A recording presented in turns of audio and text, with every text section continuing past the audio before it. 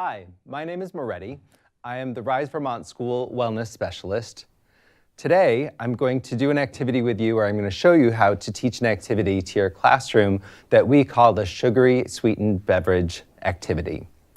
With this activity, we're exploring with students how to find out, calculate how much sugar there is in common beverages that they drink throughout the day. Every time we've done this activity with our students, they're really surprised, their teachers seem really surprised, and parents as well write into us, telling us how surprised they are to find how much added sugar there is in beverages that they've been serving their children all along.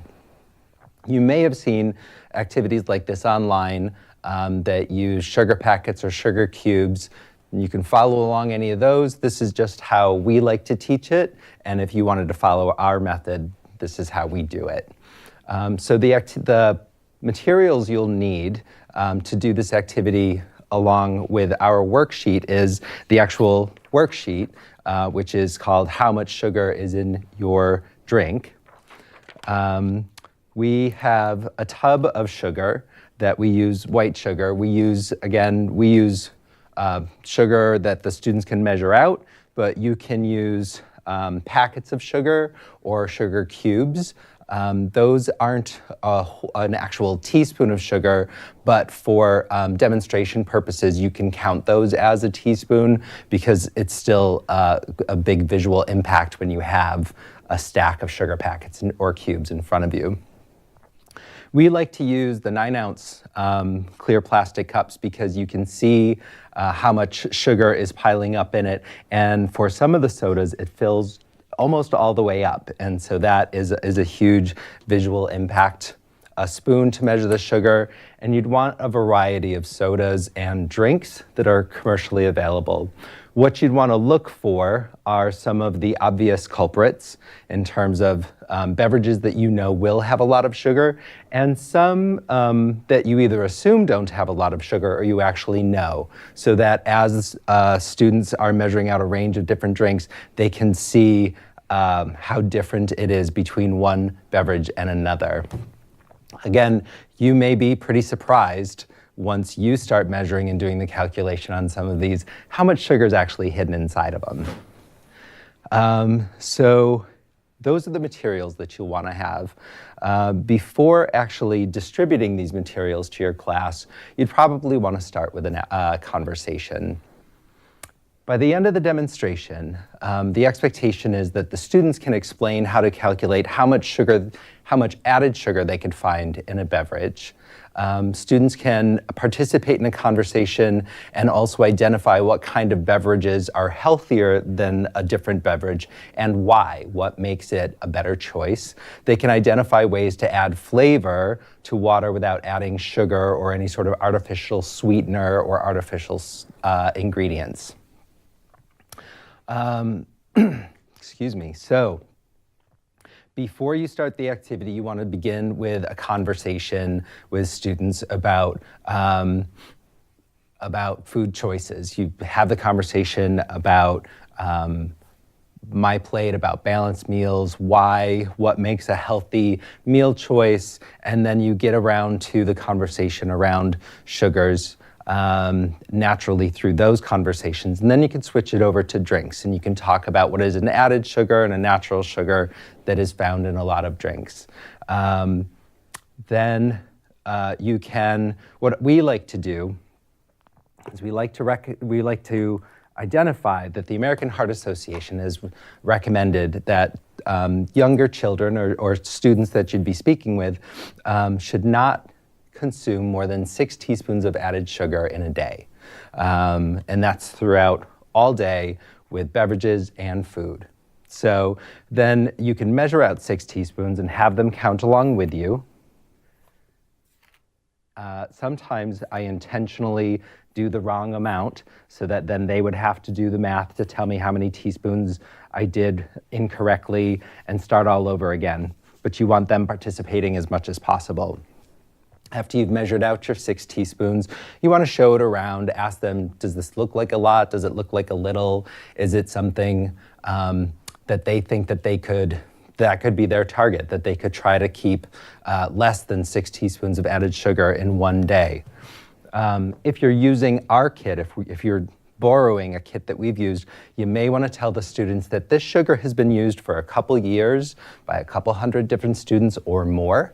Not everybody remembers to wash their hands, and a lot of students do put their hands in the sugar. So your students might want to consider not putting it in their mouth. When you have that conversation, a lot of students will think that it's pretty disgusting. You will also see them put the sugar in their mouth.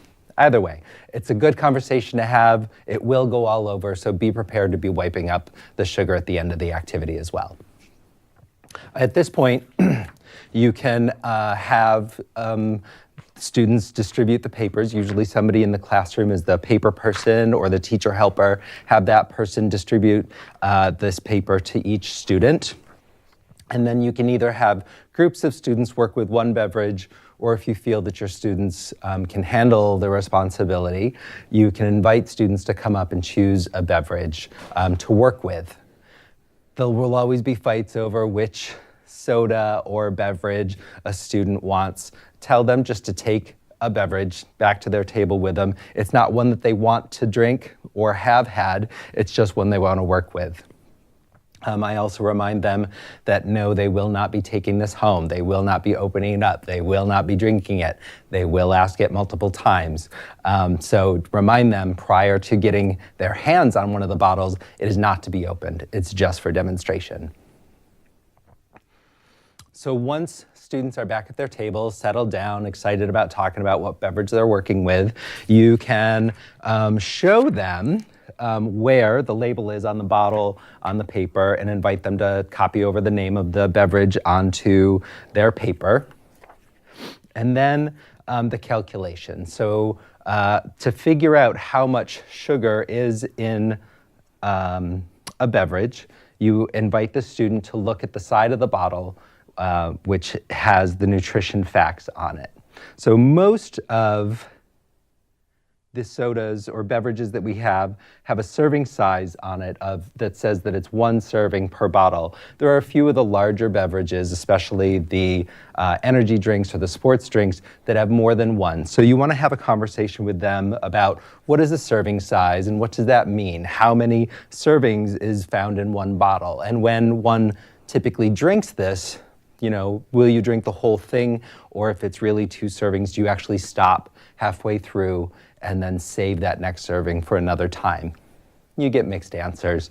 But for the most part, we know people will chug the entire beverage in one sitting. So the calculation, we ask the students to find the word sugars. If you need to, you can write it up on the whiteboard or the chalkboard. And the students can copy down the number of sugars that are on the side of the bottle onto the sheet. So the calculation is the amount of grams of sugar in a bottle divided by 4 is that many teaspoons of sugar in that serving, not necessarily in the bottle. So at that point, if you've allowed the students to have a cup and spoon of their own, then they can begin, after they've done the calculation and help them figure out their work, they can begin measuring the sugar out in their cups on their own. So this is a point where while the students are measuring sugar into their own cups or in groups into their cups, really listen to those conversations that they're having. There will be loud exclamations of surprise, sometimes even disgust. Some people might actually be proud of the fact that their beverage has a whole bunch of sugar or very little sugar. So lots of different conversations. Invariably, somebody's going to measure it 3 or 4 times. So walk around, interact with the students about it, talk with them about what they're thinking about, so that when we get back to share, you already have some information or some thoughts in their heads. Thoughts that they have already shared amongst themselves that you can share with a whole class. So let's just start with, an example with Coca-Cola. So Coca-Cola shows that in this one bottle is 1 serving in this bottle and 65 grams of sugar in the bottle. So that comes out to, quick math, it's about 15, 15 and a quarter. So you'll actually have the students measuring out 15, and a lot of them will say, like, how do I do a quarter? So, it doesn't have to be exact. You should encourage them not to do mounding teaspoons. But again, it doesn't have to be exact. Some students will get a little obsessive about being exact, and others will just be flinging it around. But it's really about counting it out and getting what will wind up looking like a huge amount of sugar, especially in comparison. So that actually is about 15 teaspoons of sugar. Then you get, this one is Powerade, and this one actually has a picture of an athlete on the label. So you talk about, when you're talking about the product, you want to talk about what the advertising is. So it's Powerade, and it's got a picture of an athlete making an extreme face, or sometimes there's athletes competing. What message is this giving you? And what message is the name giving you? Powerade. So this drink is going to give you a lot of strength and power, and look at this athlete. And so the thought is, if you drink this beverage, you are going to be like this athlete. So let's look at how much sugar is in this one. So in this bottle, there are actually 4 servings in this bottle. So this bottle contains 4 servings of Powerade. So, have that conversation of, when you sit down to drink this, are you actually only going to drink down to here and then put it away, or do you actually drink most of it? So kids will tell you different things, and they'll tell you because they're athletes and they work so hard, they must drink the whole bottle. And so that's a conversation you can have later. But per serving, there are only 15 grams of sugar. When they measure it out, it'll be just over, or pretty close to 4 teaspoons of sugar per serving. So the students, can put their beverages lined up next to the drinks. Here's one that's always a surprise. This is an organic tea. And so the picture on the label is a beautiful drop of water with sunlight gleaming through it. It is called Pure Leaf with real brewed tea and raspberry flavor. It is organic, and so it makes you think that it is going to be fantastic for you. There's 1 serving per bottle, and there are 46 grams of sugar in this one container, in this one serving. And so that's 11, almost 12 teaspoons of sugar in this tea. So most people would think, I'm going to choose tea because that's healthier than drinking a soda. Whereas the soda had, 15 teaspoons of sugar in it. This one has almost 12. Mostly when students have a drink like Sunny D, they think that they're drinking juice. They see a picture of the orange on the front, and it is full of vitamin D, so that's what they're thinking about. It's the original citrus punch flavor, so that's all you think about is, I'm drinking orange juice. So what you'll want to do when you're actually looking at the label, sometimes they're listed like this, where instead of being in a table, it's listed in ingredient format. In this one, there's 11 grams of sugar in this serving, but you also look at, there's only 5% juice. So in this whole container, the amount of juice is probably less than half a teaspoon of actual juice. So the conversations you have is, what gives it that flavor? What gives it that color? It's kind of translucent. A lot of these you could be looking at, what are the colors, or what causes the flavor? So in this serving, there's almost 3 teaspoons of sugar. So at that point, once you've got a number of, or all the students have gone through, identified how many teaspoons of sugar are in their drinks, you can remind them again. The American Heart Association recommends 6 teaspoons of added sugar over the course of an entire day.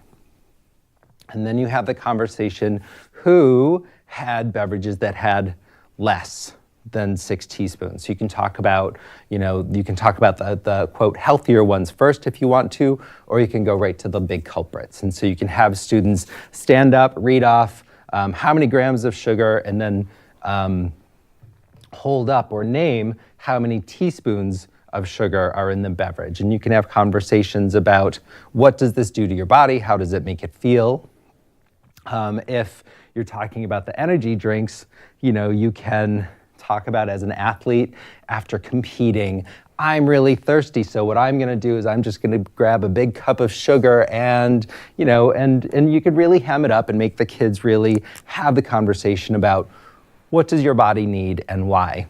A lot of students, again, will talk about the fact that they practice soccer for 2 hours or practice basketball, but actually what their body just needs is water. Usually an energy drink is created for people who exercise for multiple hours or do extreme sports like running a marathon or preparing for a marathon. So simply practicing for 2 hours while they practice really hard, an energy drink is not something that they're looking for. Over the course of the conversation, you can have the conversation about what does the advertising tell you? Why are you choosing this drink based on the label, potentially? And then ultimately, after you've talked about all the drinks, maybe line them up least to most amount of sugar per beverage, then ask, what is the best drink that you can have? And the conversation ultimately gets down to water. So water is the most important, or is the best drink for students to have, for anybody to have, to hydrate all day long. It's important for your brain function, for your muscle function, for digestion. Keeping you hydrated keeps your body regulated in terms of warm and cold, and it just helps with overall function, especially learning. But then students will have the conversation with you about water is boring, it tastes awful, and some waters do taste bad, granted, but they are looking for flavor and excitement. So ask questions. How can you make water more interesting to drink? What can you add to water so that you are more likely to drink it throughout the day? Invariably, the first answer will be sugar. So you can acknowledge that, sure. If you want to add sugar to it, think about the fact that, again, no more than 6 teaspoons of sugar throughout the course of a day, 6 teaspoons of added sugar throughout the course of a day, including drinks and all food. So if you plan on adding water, if you plan on adding sugar to your drink, think about all the other places where you have to cut sugar out, or you should cut sugar out. Then you begin to have the conversations about infusing water with fruit, freezing fruit and adding it in so it acts like an ice cube. So as it melts, it adds flavor as well. Adding tea leaves, or adding mint leaves, or even sometimes rosemary will taste delightful, infusing cucumbers in it. So students will have the conversations about what flavors they like to have in their water and what will help them drink water throughout the day. So wrap up that conversation about, again, using some of the talking points on our sheet, really focusing on no more than 6 teaspoons of added sugar throughout the course of the day, the importance of hydrating all day long. And by the end of the activity, the student should, again, be able to identify how to calculate how much added sugar there is in a drink, identify what aspects of a drink will makes a drink healthy versus not, and what ways they can make water more interesting. We are excited for you to be doing this project or this activity with your students, and feel free to let us know how it went for you or any of the comments or surprises that came up during your conversations.